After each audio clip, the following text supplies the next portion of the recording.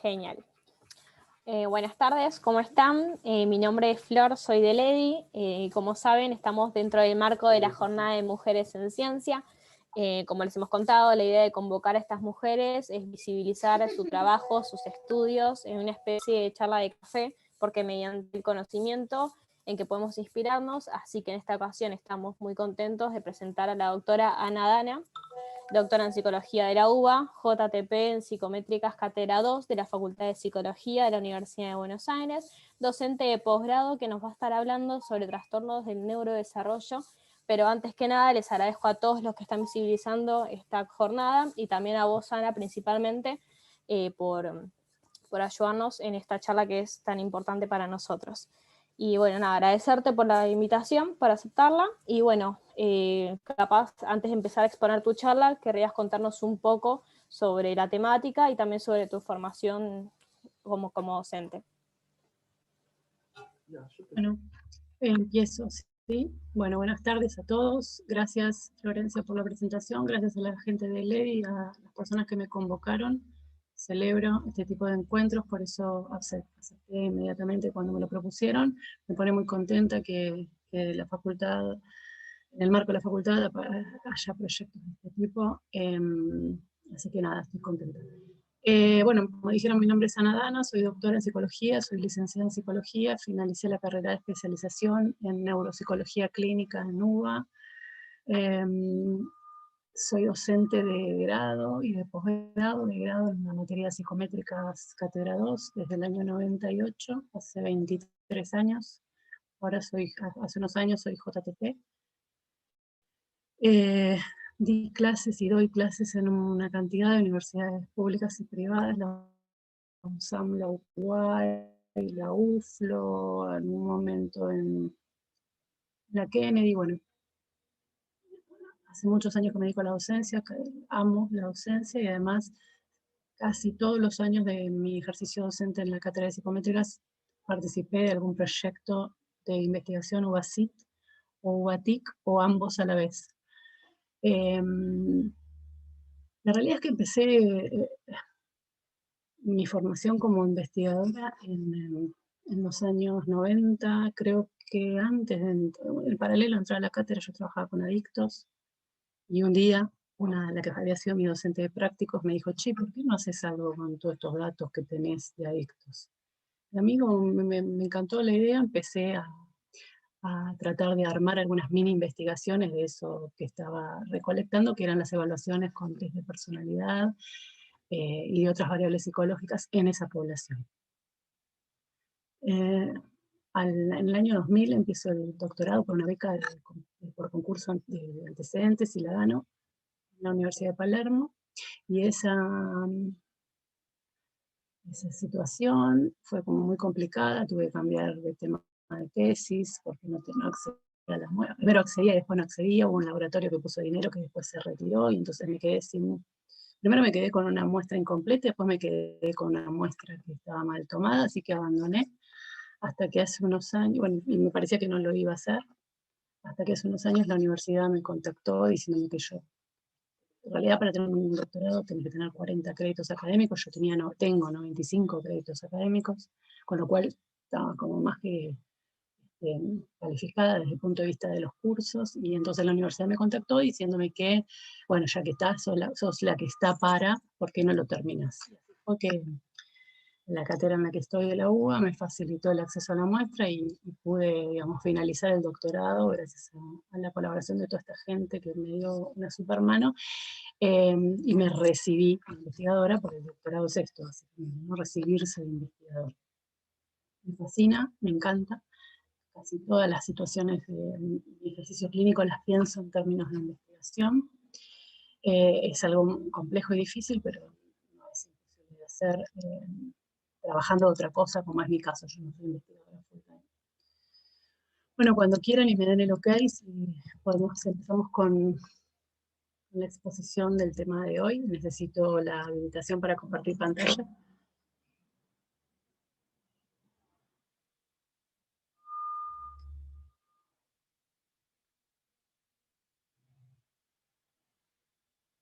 Sí, ahí no te aparece la opción para compartir. Hasta recién no, el anfitrión inhabilitó la función. Ahora. Ahora un segundo. A ver, ahí está. Fíjate ahora si podés. Ahí va. Genial. ¿Se ve, no es cierto? Sí, sí, se ve. Perfecto. Muy bien. Bueno, como dice ahí en la diapo, el tema de la charla es trastornos del neurodesarrollo, trastornos del desarrollo neurológico, diagnóstico y nosografías actuales. Elegí este tema, bueno, primero porque es algo en lo que trabajo cotidianamente desde hace 30 años, me encanta, y además porque me parece importante que la gente diagnostique bien. ¿Sí? Creo que el diagnóstico, como vamos a ver al final, es la primera pata de todo proceso de intervención, y si uno no lo hace bien puede perjudicar a los destinatarios de nuestra tarea, pero además, como dice una médica argentina, difícilmente uno diagnostique aquello que no conoce, por lo tanto hay que formarse. ¿Sí? Bien. Seguramente muchos de ustedes saben que existen sistemas clasificatorios, sistemas que utilizamos los profesionales de la salud para diagnosticar.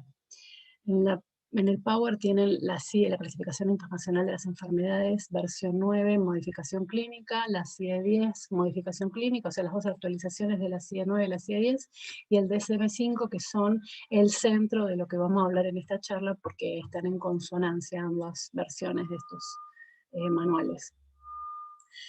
Quiero remarcar esto, la importancia de utilizar nosografías avaladas, pensadas, actualizadas por la comunidad científica para realizar los diagnósticos. En este caso vamos a hablar de niños, pero no solo de niños, sino de cualquier persona de la población.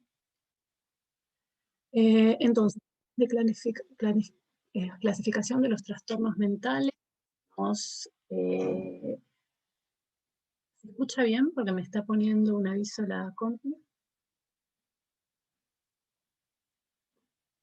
Bueno, se me avisan, ¿sí?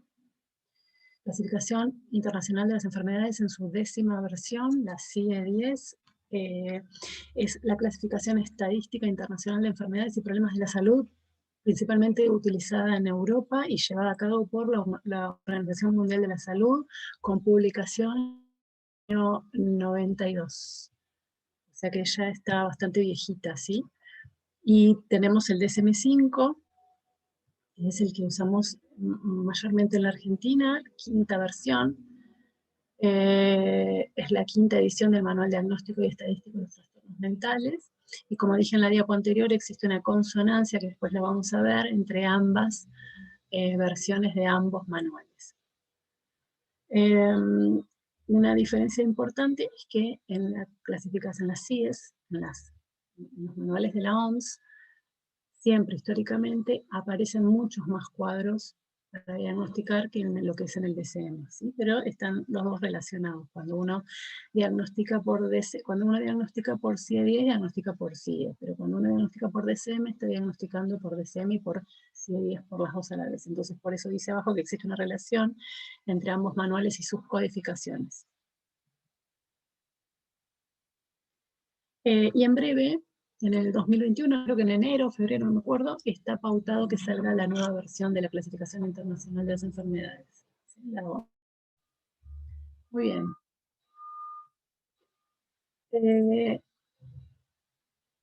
Además de las CIES y los DSMs, existen otros sistemas clasificatorios que son menos utilizados, ¿sí? A mí me gusta mucho, hace mucho tiempo, me salió en el año 98 la primera versión, yo usaba la clasificación de CEDA3, que es para bebés. Muy interesante porque habla bastante de lo que es el apego, ¿sí? Es una clasificación que tiene un toque de corte psicodinámico, pero habla de los trastornos de la regulación como antecedentes de otros cuadros, y a mí me parece que eso está súper piola. Arriba tenemos la Clasificación Internacional de la Funcionalidad o del Funcionamiento y la Discapacidad, también de la OMS, del año 2001, que es justamente para ver cuando una persona tiene dificultades, cuántas dificultades representa eso en su vida, ¿sí? Y por último esta, que yo siempre la menciono, que es la Clasificación Francesa de los Problemas Mentales, del niño y del adolescente. Tiene la primera versión es de 1990, pero hay otras versiones de 2004 y 2012, y hay una versión también para adultos, que es claramente, es biaxial, o sea, tiene dos ejes y es de corte bien psicodinámico. Pero la menciono porque tiene trascendencia, ¿sí? Y además porque es una manera de darle un marco más científico a la forma de diagnosticar diferencias. Muy bien, pero ¿qué es el DSM? El DSM es un sistema de... Vieron que en la facultad se suele criticar mucho al DSM. No todo el mundo lo enseña en profundidad como para poder criticar. El DSM es un sistema de clasificación de los trastornos mentales de uso internacional. Es un sistema de clasificación de los trastornos mentales que presentan las personas. O sea, no es un sistema de clasificación de las personas, sino de cosas que le pasan a las personas, que eventualmente van a recibir X diagnóstico, creado por la Asociación Americana de Psiquiatría, ¿sí? Y lo más importante del DSM es que, y que tiene que ver con el objetivo de esta charla y con el objetivo de las jornadas, es que el fin es facilitar la comunicación entre los clínicos y los investigadores, ¿sí? O sea, es para que hablemos un idioma común. Ahora en un ratito voy a retomar esto.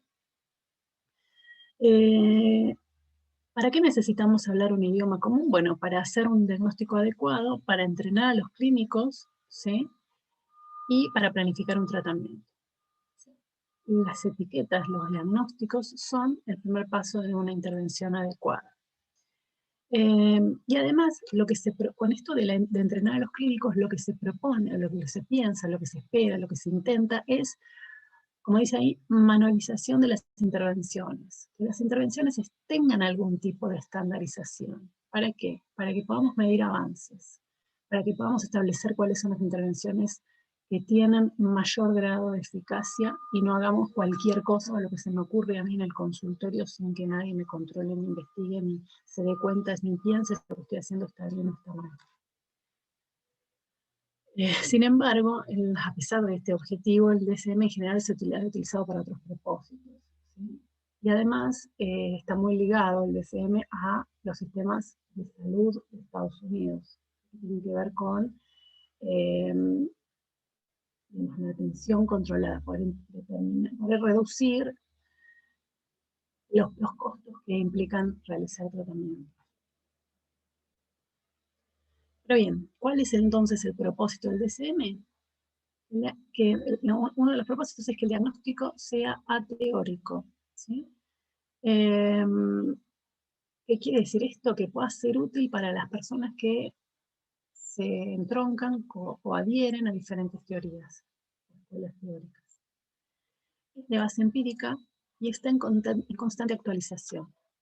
No sé si saben, pero el DSM-5 estuvo un tiempo bastante largo, más de un año, si no digo mal, publicado para que la gente opine sobre los criterios diagnósticos de los cuadros que luego figuraron en el manual. La gente significa la gente común, los usuarios, los diagnosticados, pero además, por supuesto, estaban los comités de expertos, ¿no es cierto? Y como dije antes, está relacionado con la CIE 10, con la CIE, actualmente la CIE 10, sobre todo a partir de la quinta versión. Vamos a hacer un poco de historia, un poco de evolución, cómo fue cambiando el DSM a lo largo de los años, ¿sí? Antes de que aparezcan los DSMs, el gran problema que ocurría era que había baja confiabilidad en los diagnósticos, baja confiabilidad y baja validez. ¿Por qué? Porque se hacían a ojo, ¿sí? Y como no había criterios, quizás lo que a mí me parece, a todo lo que tiene que ver con Freud, ¿no? Es muy común decir, sí, si la histérica Dora sería una histeria actualmente, ¿qué trastorno? ¿Cuál sería el diagnóstico de Dora? ¿Cuál sería el diagnóstico de X caso clínico que presentó Freud en la actualidad? Bueno, lo que pasaba era eso, que no existían, no había manera, no había consensos, y entonces cada profesional en su consulta privada, incluso en los hospitales también, diagnosticaba lo que le parecía. Entonces no sean válidos, ¿sí? ¿Por qué? Porque no había nosologías de uso internacional. Recién en 1952 aparece el DSM-1, y en el 68 aparece el DSM-2, ambos bastante poco utilizados, como todo lo nuevo, y ambos eran de corte psicodinámico. ¿Sí? Estaban basados en la nosografía actual, y la nosografía actual en ese momento era más psicodinámica. En los 80, en 1980, aparece el DSM-3 con un fuerte cambio radical en el formato y en el contenido, y el DSM deja de ser psicodinámico y se hace popular entre los clínicos. ¿Sí? Se incluyen trastornos de la personalidad y se incluye un diagnóstico multiaxial. ¿Sí? No sé si ustedes saben, pero el DSM viejo tenía ejes. ¿Sí? 5 ejes. ¿Para qué? Esos 5 ejes para tratar de describir a la persona de modo general y global, y digamos completo. ¿Sí? Pero por supuesto ese DSM estaba relacionado con el modelo médico. ¿Sí? En el 87 aparece el DSM-3R, que es una revisión, por eso la R del DSM-3, con criterios menos conductuales. En el 94 aparece el DSM-4, en donde, en base a los avances científicos, se refieren los diagnósticos. En el DSM-4TR, texto revisado, aparece en el año 2000. Nuevamente se refinan algunos diagnósticos y códigos en relación a la clasificación internacional de las enfermedades, o sea, se van, digamos, regulando mutuamente, ¿no? Uno se actualiza, el otro al tiempo se actualiza en función de este, y así sucesivamente. Hasta que en el 2013 aparece el DSM-5, el que tenemos ahora en uso, con también un cambio gigante respecto del paradigma de lo que es el trastorno mental. ¿Qué aparece? ¿Cuál es ese cambio de paradigma en el DSM? Bueno, incluir nuevos trastornos, como por ejemplo el trastorno de atracón, el neurocognitivo leve, menos diagnósticos intenta establecer menos diagnósticos para cada sujeto. No sé si hay muchos profesionales escuchando, pero hace un tiempo era muy común que una persona, como yo trabajo con niños, mayormente, y que una persona tenga 10 diagnósticos, 6 diagnósticos, ¿sí? Plurietiqueta. Se intentó con estos cambios, con este nuevo DSM, reducir la categoría sin especificar, ¿sí? O no especificado, que se denominaba. Cada cuadro tenía un último diagnóstico que era no especificado, de trastornos de diferencia del desarrollo no especificado, retraso mental no especificado, trastorno de aprendizaje no especificado. En el DSM viejo, antes del 4, ese no especificado era global, era para todos los cuadros. En el DSM-4 aparece un no especificado en cada categoría. ¿Por qué se intenta reducir este no especificado? Porque lo que se observó era que la mayoría de la gente diagnosticaba. Cuando no sabía qué tenía la persona, diagnosticaba no especificado. ¿Sí? Entonces era lo mismo que nada. También se buscó despatologizar. ¿Sí? Se cambiaron los nombres, parafilia por disforia, ese trastorno de identidad de género. ¿Sí? Se trató de sacar la palabra trastornos en muchos casos. Por supuesto, también actualizar el vocabulario. Se introdujo el concepto de espectro, no solo para el autismo, sino para otros cuadros como la esquizofrenia, las demencias, ¿sí? ¿Por qué? Porque lo que por debajo es que trastornos similares, en teoría, se agrupan juntos en un espectro de severidad, y entonces esa severidad iría de leve a severa, profunda, ¿sí? Y se reconoce, se toma en cuenta el solapamiento que existe entre lo físico y lo psicológico.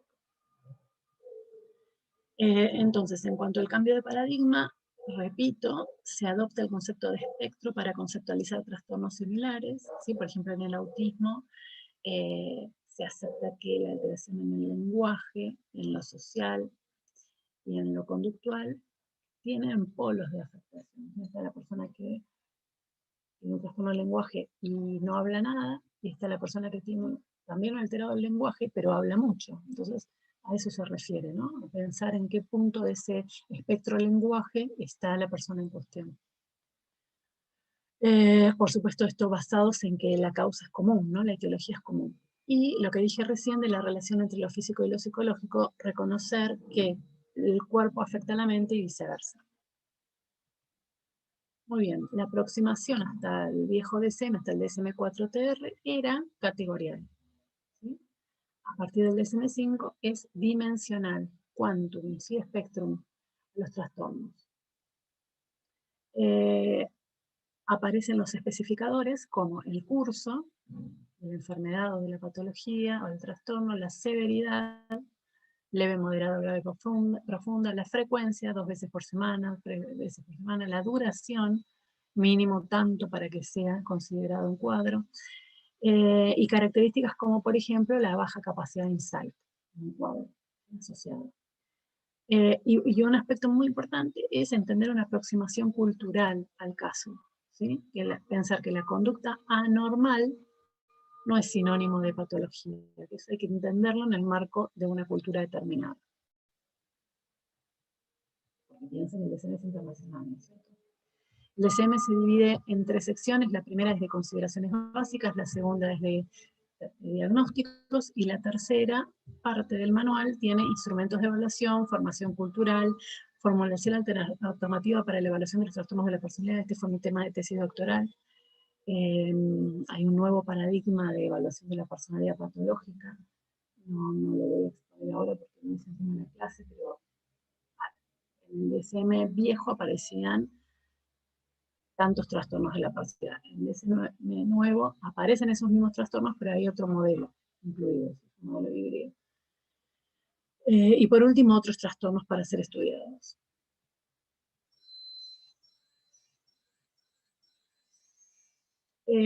Entonces, como dije hace un ratito, el objetivo es ayudar a los profesionales de la salud a realizar una evaluación clínica, una formulación del caso y un diseño de tratamiento perfectamente documentado para cada individuo.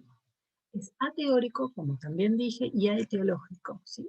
Pero ojo con esto, como pongo ahí, porque la realidad es que, si bien es real que no está basado en una teoría, siempre cuento lo mismo, las personas que hacen, las personas que forman parte de los comités que deciden qué cuadros se incluyen en cuadros, no son personas que están libres de influencia teórica, ¿sí? Hasta hace muy poco, ahora y todos los que formaban parte de los comités revisores de, por ejemplo, los trastornos de personalidad, ahora salieron a escribir libros en contra del DSM.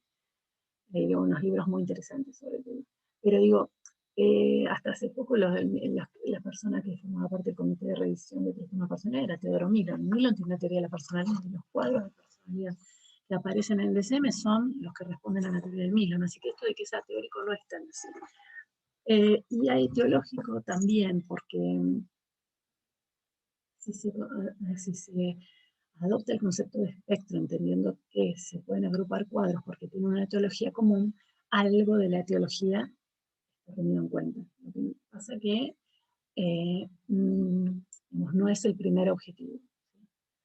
Es un enfoque descriptivo, pero que también incluye lo clínico, ¿sí? Se le dieron bolilla a los expertos en clínica sobre cada cuadro, y esto ya lo dije, que se establecen especificadores.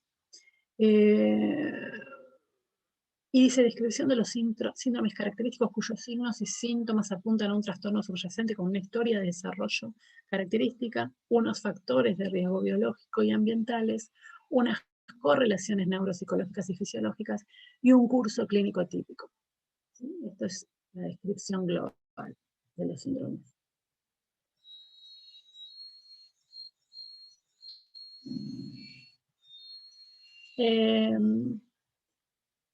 Algo muy importante en este nuevo manual, que aparece toda en la primera sección que mencioné hace un rato, es que para establecer un diagnóstico de trastorno mental no basta solamente con comprobar la presencia de los criterios para X cuadros, no alcanza con que alguien cumpla con esos criterios. Además hay que tener en cuenta la historia de ese sujeto y el juicio del evaluador, del clínico, del experto, ¿sí? Incluyen características de edad, culturales, de género, de prevalencia, de incidencia, de riesgo, de curso, de complicaciones, de factores predisponentes, de patrón familiar y diagnóstico diferencial. Todo esto también hay que tenerlo en cuenta. También se consideran las situaciones de incertidumbre diagnóstico por falta de datos o de características atípicas, esto en los DSM también anterior ya estaba. Y dice ahí que hasta que lo que decía hace un ratito, hasta que se identifiquen de forma incontestable los mecanismos etiológicos que permitan validar por completo un trastorno, los criterios se establecen por la utilidad clínica para valorar su curso y la respuesta de los individuos agrupados. Se proporcionan criterios diagnósticos específicos para cada trastorno mental. ¿Para qué hacemos todo esto? ¿Para qué hacemos todo esto de explicar y de generar manuales y demás? Bueno, ahora tienen 2 diapos, esta es de Belinchón, la saqué de un texto de Belinchón, la que viene la armé yo, de etiquetas incorrectas, ¿sí? De diagnósticos que se le hacen, en este caso, a niños con autismo, que es de lo que yo más sé. Podría por ahí juntar de otros cuadros, pero no lo hice, sinceramente, esto es porque me resuenan en la cabeza todo el tiempo. De etiquetas incorrectas, de diagnósticos que reciben los niños con autismo antes, durante o después de su proceso de diagnóstico.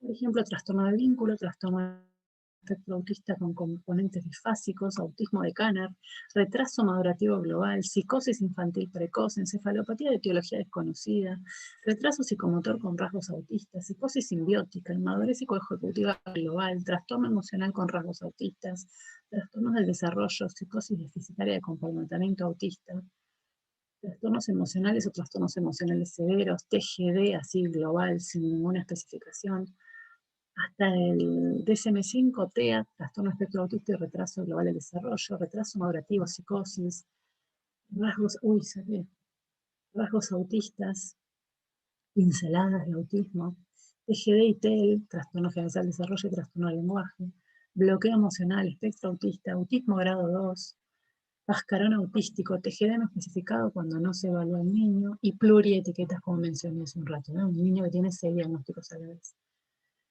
Y ahora, con el nuevo DSM también aparecen etiquetas inadecuadas, como por ejemplo autismo de grado 1 y autismo de grado 2. La realidad es que el grado depende del área, entonces no se tiene grado 1 y grado 2. Se puede tener grado 1 en un área y grado 2 en otro, con lo cual se confunde, ¿sí? Todas estas etiquetas son diagnósticos incorrectos que reciben los niños con autismo. No están basados en consensos internacionales de la comunidad científica y a partir del DSM-5 clínica también. ¿Qué es un trastorno mental? Entonces es un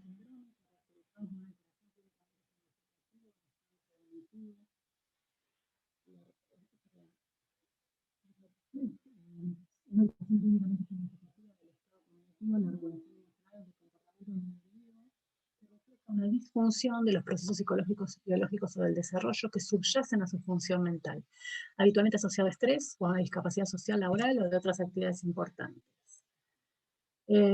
¿Cuál es el uso que se propone para el manual? Bueno, es uso clínico, para la salud pública y la investigación, y para forense se recomienda utilizarlo con cuidado. ¿Por qué? Porque lo que dice el manual es que falta investigación, ¿sí? Entonces, cuando nosotros recibimos una persona, en este caso un niño, para ser diagnosticado, tenemos que tomar dos grandes bloques. Si lo que tiene es un problema, comportamiento, o si lo que tiene es un trastorno, un patrón, un conjunto de características que configuran un patrón que para que a su vez se estable en el tiempo. Siempre, siempre, siempre en los cuadros de la infancia el diagnóstico es clínico porque no existen marcadores biológicos, no hay un estudio médico que yo pueda hacer para decir que esta persona tiene trastorno de aprendizaje, que esta persona tiene un trastorno de la comunicación, que esta persona tiene autismo, que esta persona tiene un trastorno de conducta. Son indicadores clínicos, ¿sí? Por eso el diagnóstico es clínico. Es a través de su conducta y su cognición que yo voy a arribar al diagnóstico. Ana, discúlpame Sí. que te interrumpa. Se está escuchando un poquito mal, ¿puede ser? Como muy de fondo. Espérame, que voy a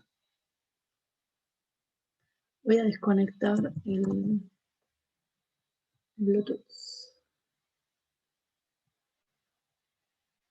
A ver ahora. Ahora sí, ahora sí. ¿Me escucha mejor? Sí, sí. Bien. Gracias. Por eso, como el diagnóstico es clínico, no, gracias a usted por avisarme. Como el diagnóstico es clínico, la evaluación siempre es psicológica, neuropsicológica y neurocognitiva. ¿Por qué? Porque lo que voy a tratar de indagar es cómo se desempeña este sujeto en los 2 bloques de info que acabo de mencionar, todo lo que es cognitive y todo lo que es conductual. Bien. Ahora sí, ¿cuáles son los cuadros que comúnmente o que deberían ser diagnosticados por primera vez durante la infancia y la adolescencia? En el nuevo DSM se dividen en 3 grupos: trastornos del desarrollo neurológico, otros trastornos del desarrollo neurológico y otros de los otros. Vamos con los primeros, trastornos del desarrollo neurológico. El primer cuadro que aparece en el DSM es acá, en cada uno en general les puse alguna cuestión interesante, un librito o algo así. Al final están las referencias bibliográficas. La discapacidad intelectual, que antes se llamaba retraso mental, que implica el funcionamiento intelectual considerablemente por debajo del promedio, con un coeficiente intelectual de 70 o menos, cuya aparición ocurre antes de los 18 años de edad, con deficiencias o deterioros concurrentes en el funcionamiento adaptativo de los dominios conceptual, social y práctico, ¿sí? Y se establece gravedad. O sea, son parecidos, cambió el nombre, antes era retraso, ahora es discapacidad intelectual. Los criterios son muy parecidos a los anteriores. Hace bastante hincapié que el puntaje 70 es a juicio del clínico, o sea que un 69 no significa que sea retraso, ¿sí? Y un 71 no significa que no lo tenga, ¿sí? Porque no estamos midiendo con centímetros. Cambia las deficiencias en los dominios conceptual, social y práctico. Antes había áreas de funcionamiento, y una de las cosas que a mí me parece más interesante que incluye el nuevo DSM es la categoría de retraso global del desarrollo, que es la discapacidad intelectual para niños de 0 a 5, que antes se denominaba retraso madurativo. Lo bueno de esta inclusión es que cuando se lo denominaba retraso madurativo, como no era un diagnóstico avalado científicamente, uno podía encontrar una persona de 40 años con el diagnóstico de retraso madurativo. Ahora, en el manual, la etiqueta que reemplaza el retraso madurativo, que es retraso global del desarrollo, se establece exactamente para los niños de 0 a 5. O sea, tiene que ver con los hitos del desarrollo no cumplidos, con un nivel cognitivo más bajo, pero de 0 a 5. Ya después de los 5, o tenés discapacidad intelectual antes retraso mental o no. El otro grupo es el de los trastornos de la comunicación, antes se llamaban trastornos del lenguaje, y estos son la adquisición del lenguaje en todas sus modalidades, el trastorno que antes era expresivo y comprensivo, ¿no? El trastorno fonológico, que tiene que ver con las dislalias, con los problemas de pronunciación, los trastornos de la fluidez, o sea, no hablar al ritmo adecuado, como la tartamudez, pero también está el cluttering, que es hablar muy, muy, muy rápido. Y este es el nuevo, los trastornos de la comunicación pragmática, por lo que hay una red ahí, que tiene que ver con el uso social de la lengua. Los trastornos del espectro del autismo, dice desarrollo normal o deteriorado en forma acentuada en la interacción social y la comunicación, así como un repertorio de actividades e intereses marcadamente limitado.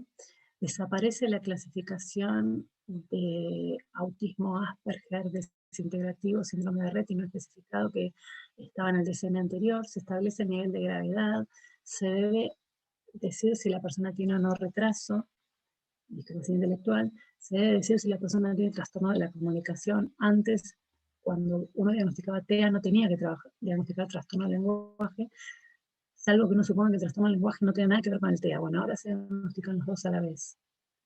Se debe especificar si está asociado a una enfermedad médica, genética o a un factor ambiental conocido, y se debe especificar si está asociado o no a otro trastorno del desarrollo neurológico. El trastorno por déficit de atención es otro cuadro con o sin hiperactividad, es una pauta persistente de inatención o hiperactividad e impulsividad, que es o todas, que es frecuente y grave, que se le observa por lo común en los niños de un nivel de desarrollo comparable, o sea, comparado con niños de la misma edad. Los subtipos son inatento, hiperactivo / impulsivo combinado. ¿Sí? Se establece un nivel de severidad y curso, y hay que consignar el predominio, ¿sí? Predominantemente desatento, predominantemente impulsivo, hiperactivo. Los trastornos específicos del aprendizaje, esto también es una categoría que cambió bastante y está muy piola. Engloba los trastornos viejos del DSM, pero establece subtipos muy claros. Funcionamiento académico considerablemente por debajo del esperado, dada la edad cronológica del niño, la medición de la inteligencia y la educación adecuada para la edad. O sea, un niño que tiene TEA y que no fue con maestra de apoyo, no puede ser diagnosticado, no recibió los apoyos adecuados.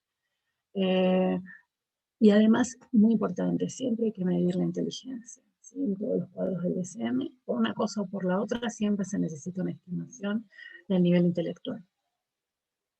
Se establece el nivel de severidad y el procedimiento de registro. Además, como especificadores, se pone la dificultad en la lectura y especifica precisión, el problema en la lectura que puede tener precisión, velocidad, fluidez, comprensión. En lo escrito, exactitud ortográfica, exactitud gramática, puntuación, claridad y organización de la expresión escrita. Todo esto no estaba en el viejo DSM. Ana, Y en la, discúlpame que te interrumpa nuevamente. Acá me piden si podés ir más despacio, ¿puede ser? bien, hay alguien que no silenció el micrófono, puede ser. Puede ser. Muchas gracias. Y por último, con respecto a las matemáticas, o sea, los 3 cuadros de los trastornos del aprendizaje, ahora específicos del aprendizaje, se establecen subtipos o características que antes no estaban. Con respecto a las matemáticas, antes era aprendizaje, lectura, escritura y cálculo. Y ahora es, fíjense, lectura con estas posibilidades, escritura con estas posibilidades y matemática, lo mismo. En cuanto a las matemáticas, aprendizaje del número, aquellos chicos que tienen dificultades para aprender los números, memorización de hechos aritméticos, cálculo exacto, por ejemplo, suma, resta, multiplicación. Las personas que tienen dificultades en aprenderse el procedimiento que tienen que hacer cuando les damos una cuenta, cálculo exacto o fluidez y razonamiento exacto. Los trastornos motores son otro grupo, implican el desempeño de actividades diarias que exige coordinación motriz considerablemente por debajo de lo esperado. Entiendan que cada uno de estos cuadros remite a un área de desarrollo de las personas. En este caso estamos hablando de la motricidad. ¿Sí? Entonces, cuando nosotros hacemos una evaluación, vamos a obtener indicadores psicológicos. En función de la naturaleza de esos indicadores, es que nos vamos a ir a mirar el DSM para un lado o para el otro. ¿Sí? Ese sería el procedimiento adecuado. Sí. No tiene ninguna dificultad de aprendizaje, no tiene ninguna dificultad cognitiva, ninguna dificultad social, no tiene ninguna dificultad en el lenguaje, me queda la motricidad. Entonces voy a ir a mirar los cuadros motores, como están acá. ¿Sí? Lo mismo a la inversa con otro cuadro. Entonces decía, desempeño de actividades diarias que exige coordinación motriz considerablemente por debajo de lo esperado por su edad cronológica y la medición de la inteligencia. ¿Por qué tienen medición de la inteligencia? Si tiene una inteligencia por debajo de lo esperado, el cuadro puede ser retraso, discapacidad intelectual. Y los subtipos son trastorno de la coordinación, trastorno de los movimientos estereotipados y los tics, que seguramente muchos de ustedes conocen. Tics motores, el movimiento, mover el pie, la pierna mientras estoy dando clase. Vocales, decir cosas, ¿sí? Crónicos o transitorios, y para esto se establece el tiempo. Y Tourette, que es la combinación de motores y vocales. Luego tenemos otros trastornos del desarrollo neurológico, ¿sí? Y estos se dividen en otro no especificado y trastornos de desarrollo no especificado. No importa, son para niños, no hay que saberlo de memoria. Para niños son personas que tienen algunos criterios de algún cuadro, pero no todos. ¿Cómo hacemos para evaluar todo esto para alguien que recién comienza y no tiene mucha idea? Bueno, para eso en la UBA desarrollamos una entrevista que es la EDI, de acceso gratuito, está publicada en un libro, pero las personas pueden acceder aunque no compren el libro. Si alguno la quieren, hay una página que es psicometriar.com, que tienen un listado de todos los test, productos de investigaciones que hay en Argentina, argentinos, pero si no me la piden a mí, que yo se las facilito. Esta entrevista está desarrollada en el 2012, varias versiones, hasta que en 2016-2017 publicamos la nueva versión en consonancia con el DSM-5. Y tiene toda una parte de historia evolutiva de hitos del desarrollo madurativos y después tiene una parte de trastorno. La parte de trastorno está exactamente igual que como está en el DSM, con los criterios de DSM. Entonces cuando terminan de aplicarla van a tener todo lo adaptativo de ese niño y todo lo desadaptativo. Y además se confeccionaron una historia clínica que por ley de ejercicio profesional de la psicología tenemos que tener y guardar durante 10 años. Para niños de 3 a 12 años de edad. Yo desarrollé la versión para bebés que está sin publicar, y la versión de adolescentes está publicada, pero no está actualizada por DSM-5.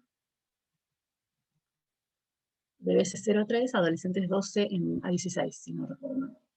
Bueno, pero esta es la parte más interesante de la charla, ¿no? Porque todo lo otro es DSM y uno puede ir a consultar el manual. Pero, ¿se acuerdan que dije hace un rato la cantidad de etiquetas que aparecían que eran de manera incorrectas, inventadas por profesionales? Bueno, yo estoy segura que, no sé cuánta gente hay del otro lado, pero yo estoy segura que si les pido que levanten la mano cuánta gente escuchó diagnóstico de psicosis en la infancia, muchos van a levantar la mano.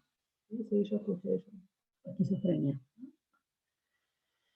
Vamos a hacer un recorrido. Yo leí todo, ya lo había hecho con el DSM-4 y lo volví a hacer con el DSM-5, de todos los cuadros que están en el bodoque ese de manual gigante, que sí se pueden diagnosticar en la infancia y cuáles no se pueden diagnosticar en la infancia. ¿Qué quiere decir esto? Que los niños no tienen ese cuadro. No hay posibilidad de que ese niño tenga una esquizofrenia. Muy bien. Vamos por los que sí. Sí se diagnostican en niños trastorno bipolar y trastornos relacionados como bipolar 1 y bipolar 2. El bipolar 1 es episodio maníaco y episodio depresivo mayor. El bipolar 2 es episodio hipomaníaco y depresivo mayor y trastorno ciclotímico en niños. ¿Por qué está entre comillas? Porque en realidad en el DSM lo que aparece es los criterios para adultos. Y en un pedacito de esos criterios dice, en niños tal cosa. O sea, ¿qué quiere decir eso? Que no es un cuadro propio de la infancia, pero que puede ocurrir en algún niño. ¿Por qué no es un cuadro propio de la infancia? Porque es un cuadro que se espera que aparezca en la adultez. Pero hay documentados de manera científica casos de ocurrencia en niños y es por eso que en el DSM se decide incluir.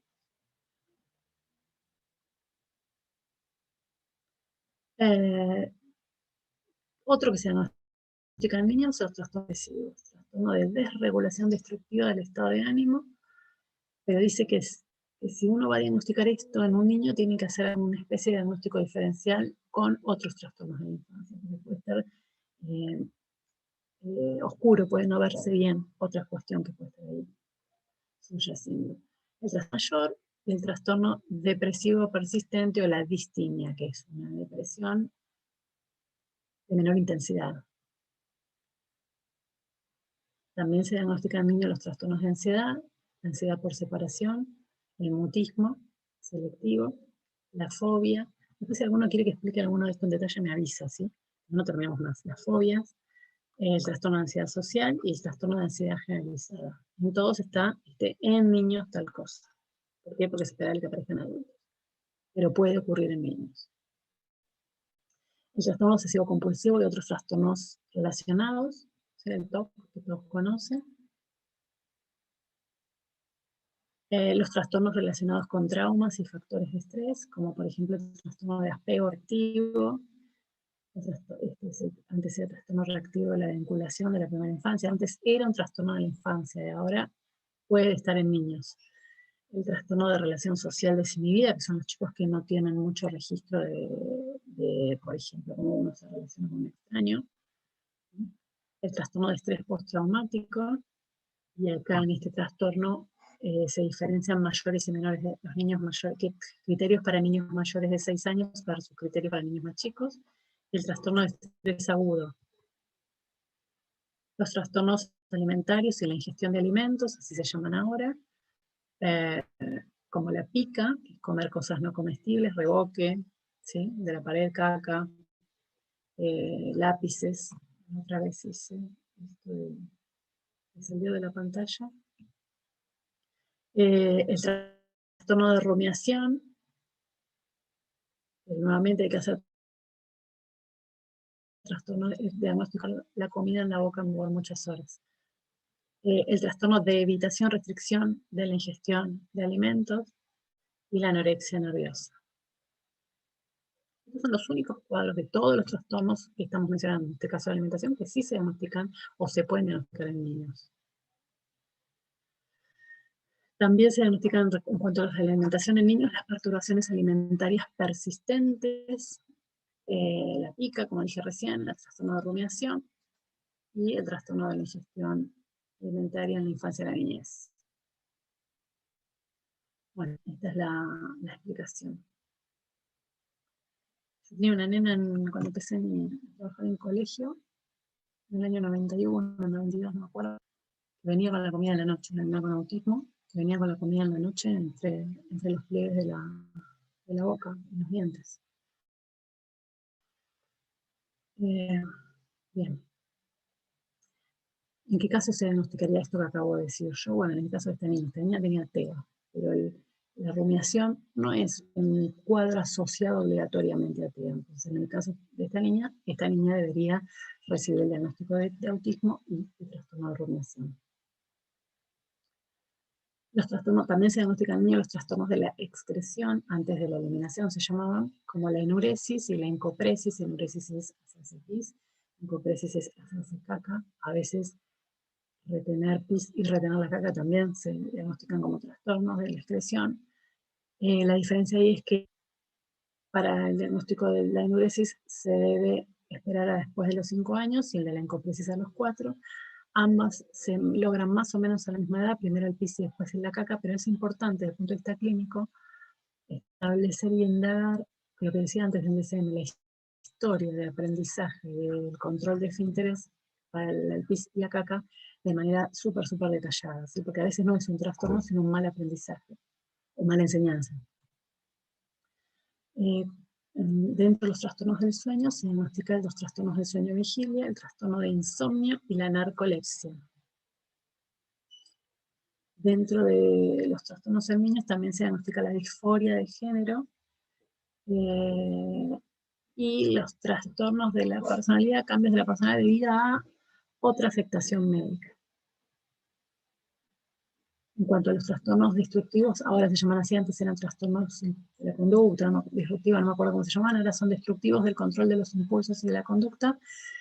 Se diagnostica, ahora vemos uno por uno, se diagnostica el trastorno negativista desafiante, el explosivo intermitente, el trastorno de la conducta que antes se llamaba trastorno disocial, que era el trastorno disocial era el trastorno de la conducta precuela del antisocial como trastorno de personalidad en la vida posterior, ¿no? El trastorno de la personalidad antisocial desde los 15 años de edad, la piromanía, incendiar, la cleptomanía, robar. Vamos uno por uno. El negativista desafiante, pauta recurrente de negativismo, desafío, desobediencia y comportamiento hostil hacia las figuras de autoridad, que ocurre con mayor frecuencia de lo que suele observarse en los niños de edad y grado de desarrollo comparables, y que genera un deterioro significativo en el funcionamiento social, académico y ocupacional. Hay un montón de nenes diagnosticados como negativistas desafiantes. El explosivo intermitente, expresiones extremas de enojo, a menudo con rabia incontrolada, que son desproporcionadas respecto a las circunstancias que se producen. La agresión impulsiva no es premeditada y se define como una reacción desproporcionada ante cualquier provocación real o percibida como tal. Esto es muy importante porque los niños que tienen la expresión intermitente todo el tiempo dicen que los otros les hacen cosas y cuando uno comprueba necesariamente es así. No necesariamente es así. El tercero es el trastorno de la conducta, pauta de comportamiento repetida y persistente en la cual se infringen los derechos fundamentales de los demás o las principales normas sociales o reglas adecuadas para lastimar a un animal, meterse en una casa a robar, darle cosas, etc. No se diagnostica en niños, esquizofrenia y otros trastornos psicóticos. Dentro de los trastornos depresivos, el disfórico, menstrual, premenstrual. Dentro de los trastornos de la regulación destructiva de los trastornos de ansiedad, no se diagnostica el trastorno de pánico ni la agorafobia.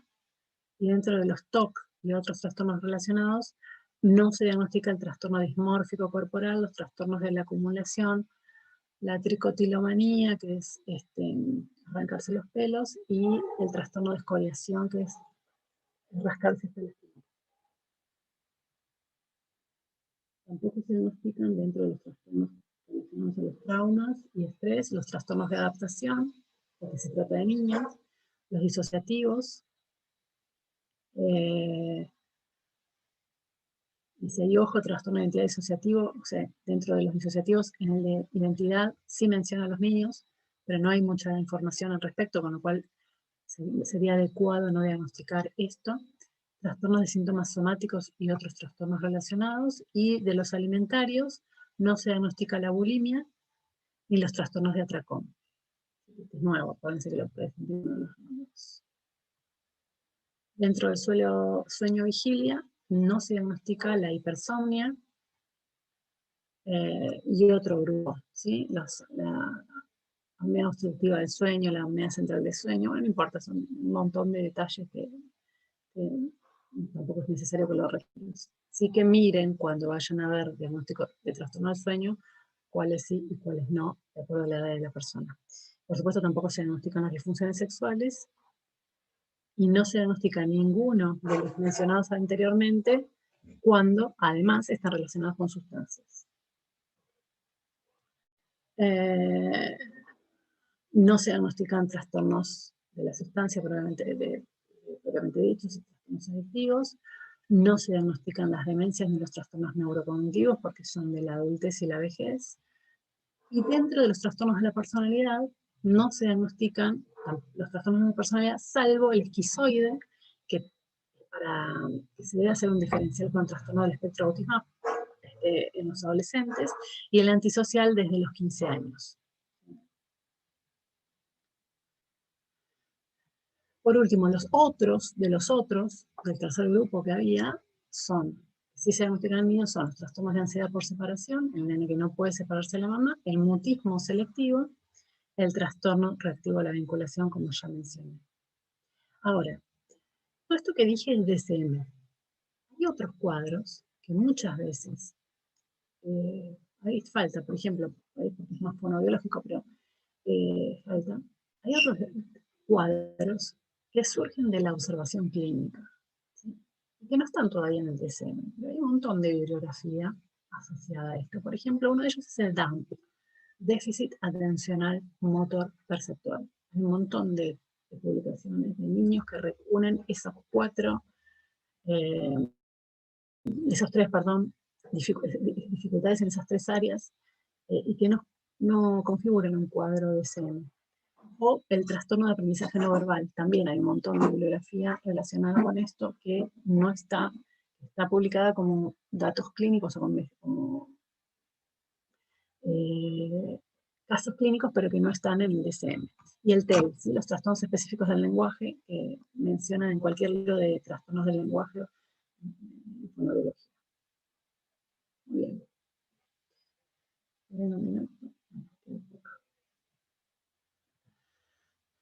Esto es un cuadro comparativo entre el DSM-4 y el DSM-4 texto revisado, o sea, la actualización del DSM-4 y el DSM-5 de los cuadros que venimos viendo. Vamos a darle bolilla a los primeros porque son los que tienen que ver con niños, ¿sí? Los demás son de adultos.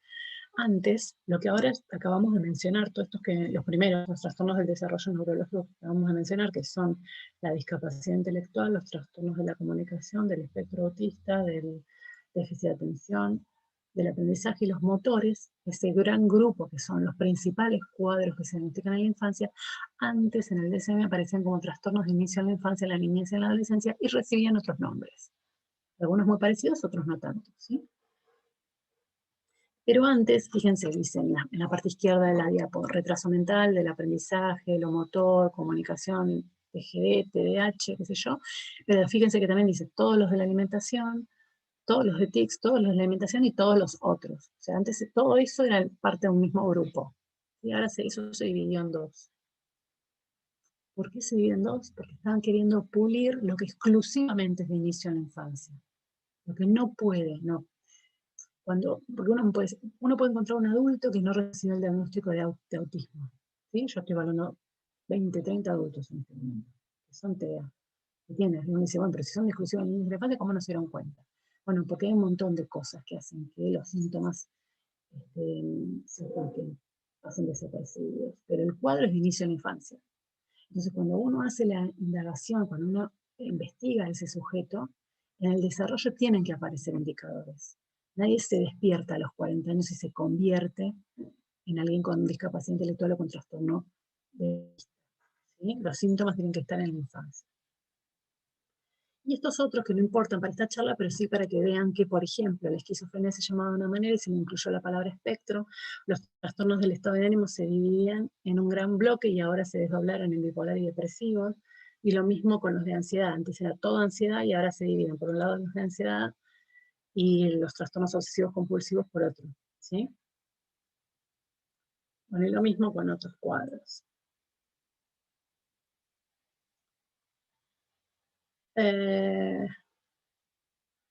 Bien. Antes, el curso, perdón, la severidad estaba pensada solo para la discapacidad intelectual. Y ahora aparece para discapacidad intelectual y otros cuadros como por ejemplo TEA, vamos a ver un ejemplo ahora en un minuto. Y en otros que no son de niños, como los trastornos depresivos, los relacionados con estrés, de la conducta alimentaria y de los síntomas somáticos. Es lo que decía al principio, se incluyó los especificadores de gravedad para muchos cuadros.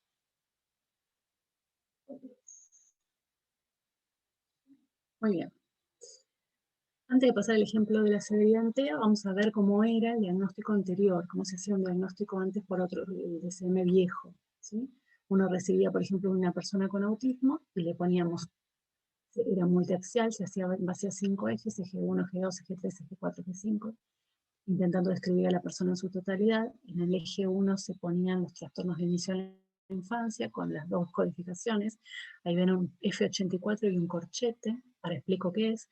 Y en el eje 2 se ponía si esa persona tenía discapacidad intelectual, y luego en el eje 3 si tenía una enfermedad médica, si tenía problemas relativos a otras áreas de la vida, y después en el eje 5 se le daba un puntaje en función de cómo a mí me impresionaba que estaba esa persona en cuanto a gravedad. La F es el código que comparte el DSM con la CIE-10, o sea que el F84 en el DSM es lo mismo que el F84 en la CIE-10, y el corchete es la codificación propiamente dicha del DSM. Abajo tienen otro diagnóstico, exactamente igual que el de arriba, ¿sí? En cambio, en el DSM-5 conservamos las Fs, ¿sí? F, y también conservamos lo que antes era corchete, ahora es paréntesis, pero es lo mismo, o sea, conservamos la consonancia entre DSM y CIE-10, pero establecemos un nivel de severidad, en este caso el número está ligado a la severidad. Se pone un número para un grado de severidad y otro número para otro grado de severidad. Y desaparecen los ejes, ¿sí? Dicen F73, discapacidad intelectual, nivel de severidad grave, eso es 318.1, necesita apoyo sustancial porque es grave, en los dominios tal, tal y tal, o sea, los 3 dominios. Abajo en el B hay un diagnóstico común de retraso global del desarrollo, o sea, de un niño de 0 a 5 que tiene eventualmente discapacidad, va a tener discapacidad intelectual. Hay un diagnóstico en el C de TEA con nivel de gravedad y un diagnóstico de insomnio. D. Otro ejemplo. Fíjense en TEA. TEA establece para la comunicación social, o sea, todo lo que es social, todo lo que es conductual, intereses restringidos, tenemos nivel 1, nivel 2, nivel 3. Cuando nosotros hacemos el diagnóstico de TEA, tenemos que decir el nivel de severidad de esta persona en la comunicación social y el nivel de severidad en los patrones restringidos de intereses. Entonces, alguien puede requerir estar en nivel 1 de gravedad en la comunicación social, necesita apoyo y puede estar súper grave en el nivel de intereses restringidos porque está lleno de rituales manierismos, ¿sí? Por eso decía que está mal decir TEA nivel 1. Es nivel 1 o grado 1 para comunicación social, grado 2 o 3 para intereses. ¿Y qué hacemos con los 3 ejes que antes usábamos en el DSM y que ahora no usamos más? Bueno, el DSM nuevo dice que las causas médicas, a diferencia de antes, se consignan en cada trastorno. En cada cuadrágono asociado a algo médico. Los problemas de relación se consignan en el apartado otros problemas. Y la evaluación global, o sea, esa escala, esa puntuación, no se utiliza más porque aparecen muchas otras escalas en el DSM para establecer la intensidad y la gravedad de los síntomas. Una de ellas es el Judas, que lo usé para mi tesis doctoral, que lo que hace es un cuestionario para evaluar la discapacidad, ¿sí? O O sea, que la persona que le hacemos un diagnóstico, además le aplicamos el juez. Entonces, para finalizar, todo proceso de evaluación y diagnóstico tiene que corresponderse con un plan de tratamiento individualizado y ajustado a las necesidades de la persona. El diagnóstico tiene como objetivo mejorar la calidad de vida de las personas que reciben dicho diagnóstico. La diferencia entre diagnóstico y evaluación, entonces, es que el diagnóstico son las características que un sujeto comparte con otro y que llevan a su clasificación como perteneciente a una categoría diagnóstica determinada. O sea, la persona tiene diagnóstico de TEA porque tiene fallas en la comunicación social y un patrón restringido de intereses. Ese sería lo que comparte con un montón de otros sujetos que reciben la misma etiqueta de TEA.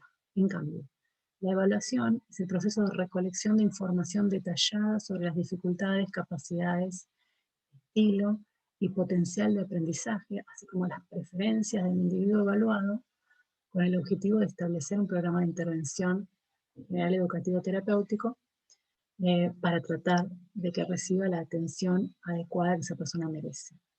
Entonces, evaluación e intervención son dos aspectos de un mismo proceso, aunque por supuesto pueden ir separados. Acá tienen algunas referencias bibliográficas. Dentro de las referencias bibliográficas, bueno, las primeras son los manuales de diagnóstico estadístico. Por supuesto, yo le puse un par de versiones. Además, yo tengo una carpeta con todos los DSM de todas las épocas, pero ahí les puse 3 artículos que son sumamente interesantes. El primero es, sabemos que es un trastorno. La revista Neurologos es un artículo, un super artículo. El segundo es trastornos efímeros, esto de cómo los diagnósticos van desapareciendo, van cambiando a lo largo de los DSMs o de los manuales. Y el tercero es hacia una clasificación internacional de trastornos mentales de la OMS de mayor utilidad clínica. Faltan dos referencias bibliográficas que las pensé mientras estaba exponiendo. Una es Somos todos enfermos mentales, de Pink y Marcus, creo que son los autores, que son los que antes formaban parte del DSM, que les mencioné hace un rato, y que después se pusieron a criticarlo. Están buenísimas las críticas que hacen.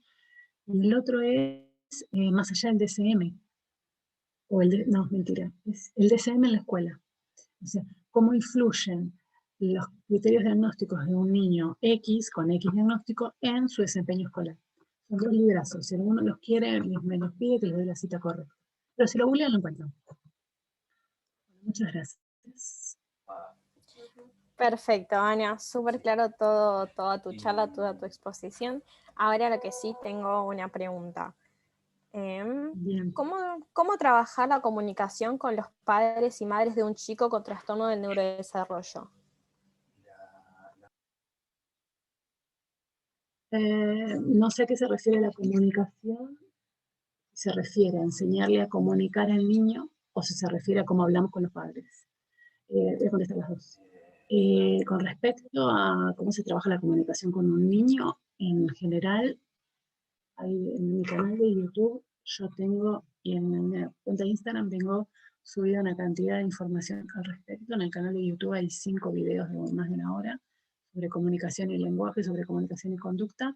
Nosotros utilizamos sistemas alternativos y aumentativos de la comunicación porque consideramos que todas las personas tienen derecho a comunicarse desde que nacen.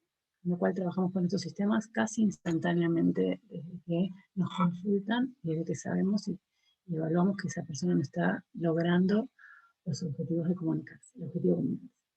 Con respecto a la comunicación con padres, lo que hacemos es, en concreto, nosotros cada tratamiento que diseñamos tiene un coordinador que es el que se encarga de la comunicación con padres y es el que le explica el plan de trabajo, las técnicas que se van a utilizar y hace algo que en TCC, en terapia cognitivo-conductual, se llama psicoeducación. No sirven los tratamientos si no son con padres, no sirven los tratamientos si no permitimos que el padre entre a la sesión y vea cómo trabajamos y aprenda. Porque las técnicas nosotros las manejamos muy bien, pero desaparecemos de la vida de los niños.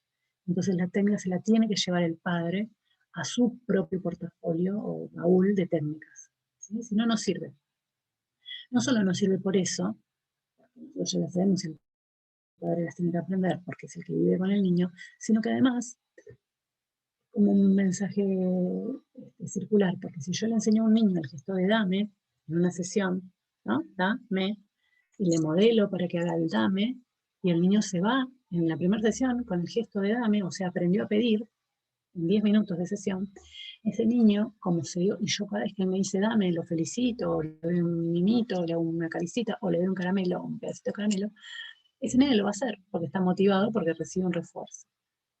Ese niño sale, pasa, va caminando con la madre, ve algo que quiere en un kiosco y hace el gesto de dame, y la madre no está enterada que yo le enseñé el gesto de dame. ¿Qué creen que va a pasar? Se va a extinguir ese gesto. Entonces, no solo lo tiene que aprender la madre, porque es la que está con el niño, sino que además lo tiene que aprender la madre, porque si no lo aprende la madre, el contexto, los contextos en donde se desarrolla el niño, ese gesto se va a extinguir, porque por ahí el niño pasa una semana hasta que me ve de nuevo, ¿no? Entonces, la mamá va a deshacer los logros de la sesión, si no le hacemos psicoeducación, si no les enseñamos lo que tenemos que trabajar, lo que estamos trabajando. Así que es muy importante la comunicación con padres, es muy importante enseñar a los papás, es muy importante hacer psicoeducación con padres, para que el padre entienda y aprenda, entienda los objetivos del tratamiento, colabore con los objetivos, aporte objetivos y además los lleve a cabo. A veces no lo hacen los papás por otros motivos, pero igualmente hay que intentarlo, ¿sí? Perfecto.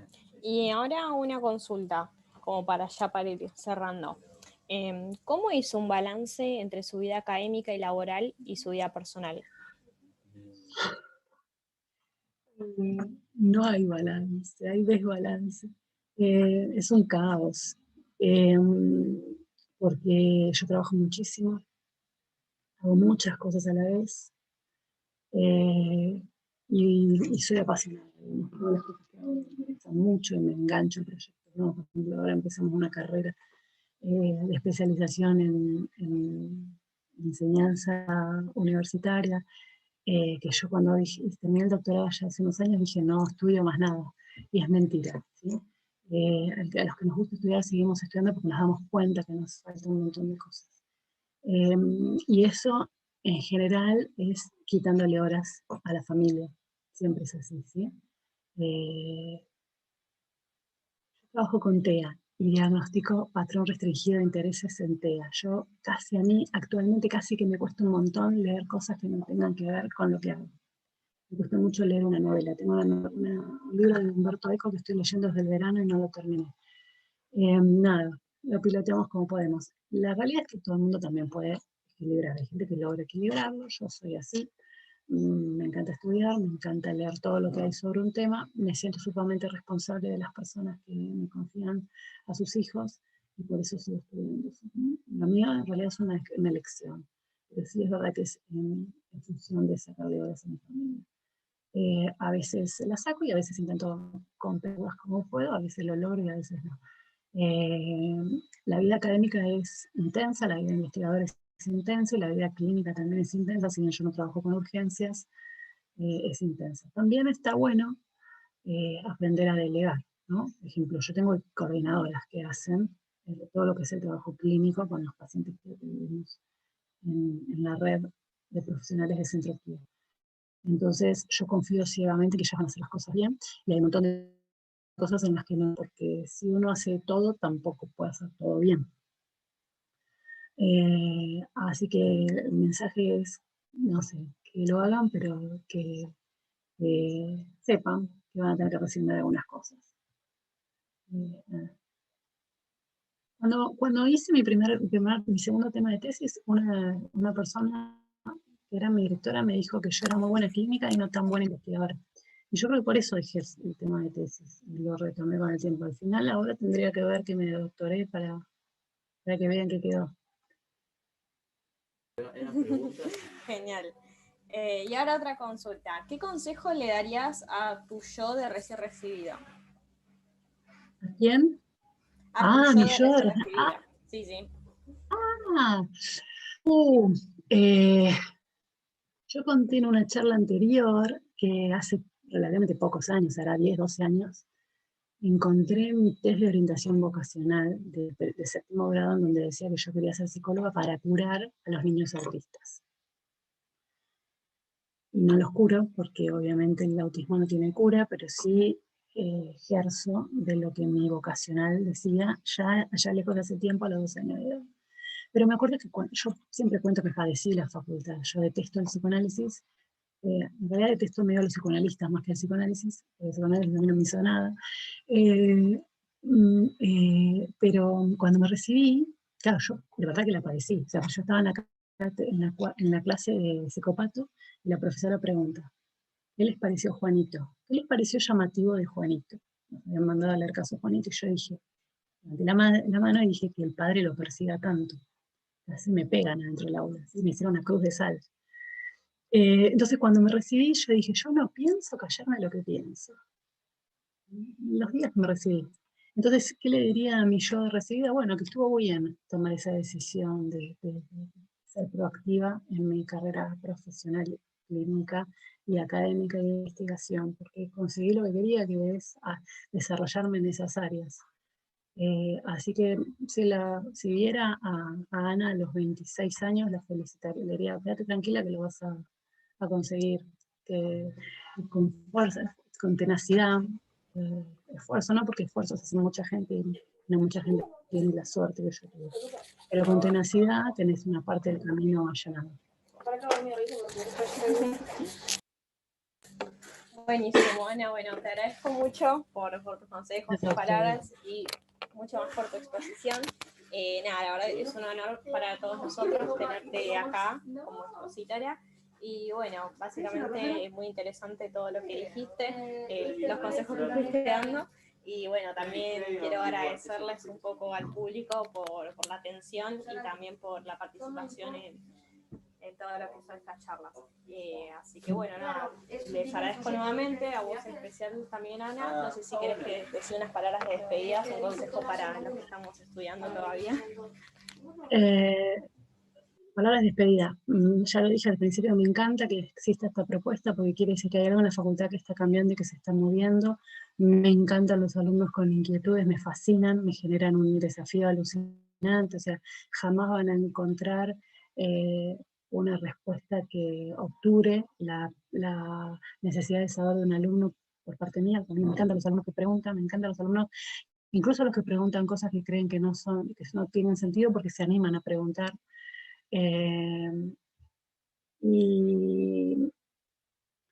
me encanta que exista esta propuesta y por eso me enganché. Con respecto al consejo, no, ya lo dije, que se animen, que se puede, que hay partes que son más fáciles, partes que son más difíciles, pero que en realidad es muy difícil ejercer de algo que a uno no le gusta, por lo tanto tienen que probar con lo que les gusta y en todo caso después abrirán el panorama a otras áreas. Pero la realidad es que es muy difícil trabajar de algo que a uno no le gusta y por ende tienen que intentarlo. Digamos, la mejor motivación que existe para un profesional es la motivación interna, la intrínseca, ¿sí? Entonces, esa está ligada a la vocación. Así que sigan esa cosa de adentro que les dice lo que tienen que hacer, que va a ser siempre mucho más saludable y placentero que hacer cualquier cosa por otros motivos o por otros intereses.